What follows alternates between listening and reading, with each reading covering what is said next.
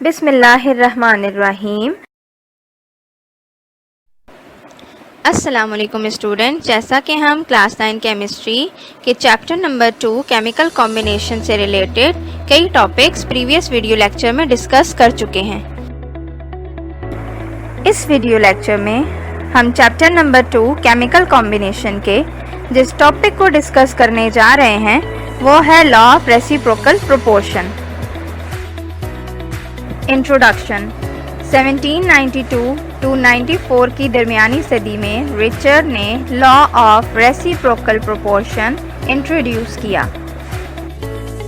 Statement. Law of reciprocal proportion states that when two different elements separately combine with the fixed mass of third element, the proportions in which they combine with one another shall be either in the same ratio or some simple multiple of it.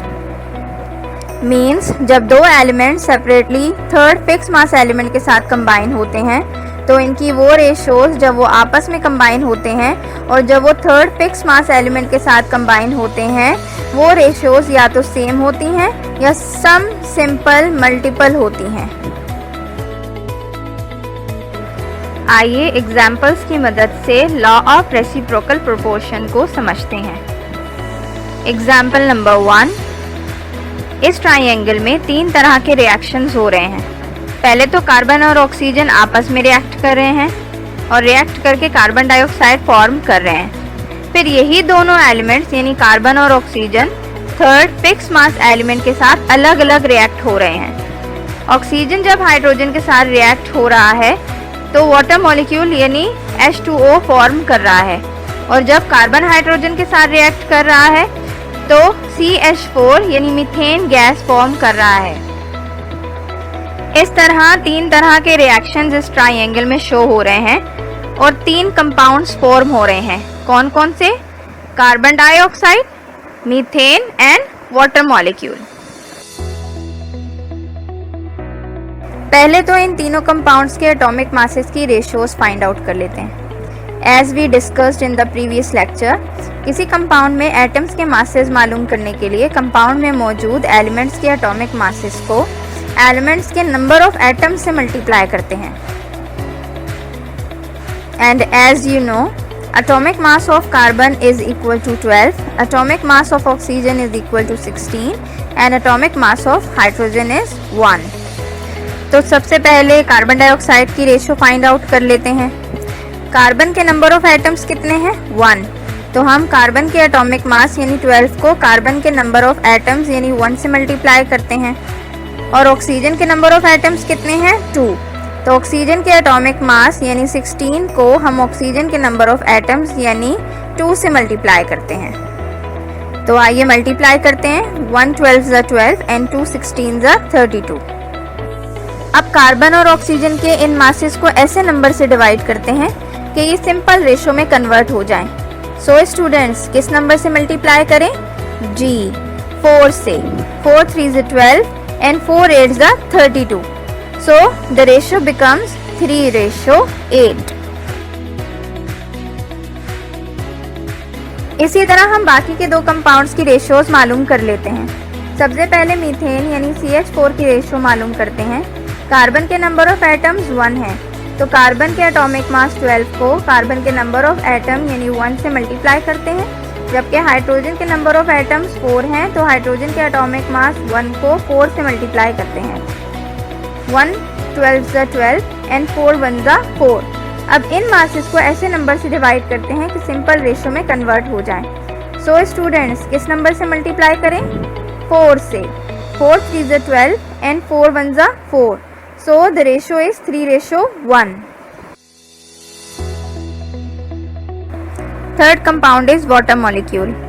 Hydrogen के number of atoms 2 हैं तो hydrogen के atomic mass यानी 1 को hydrogen के number of atom 2 से multiply करते हैं। जबकि ऑक्सीजन के नंबर ऑफ एटम्स 1 है तो ऑक्सीजन के एटॉमिक मास 16 को 1 से मल्टीप्लाई करते हैं। तो आइए मल्टीप्लाई करते हैं। 2 1 = 2 एंड 1 16 = 16। अब इन मासेस को ऐसे नंबर से डिवाइड करते हैं कि सिंपल रेशो में कन्वर्ट हो जाएं। सो स्टूडेंट्स, किस नंबर से मल्टीप्लाई करें? 2 से। 2 1s are 2, 2 8s are 16. So the ratio is 1:8. Students, हमने इन तीनों कंपाउंड्स की रेशियोज तो मालूम कर ली। अब हम इस एग्जाम्पल को सामने रखते हुए लॉ ऑफ रेसिप्रोकल प्रोपोर्शन को समझते हैं। When two different elements, यानी दो different elements, carbon and oxygen, separately combine with the fixed mass of third element, means जब तीसरे fixed mass element यानी हाइड्रोजन के साथ कंबाइन होते हैं। हाइड्रोजन का मास फिक्स्ड मास कैसे है?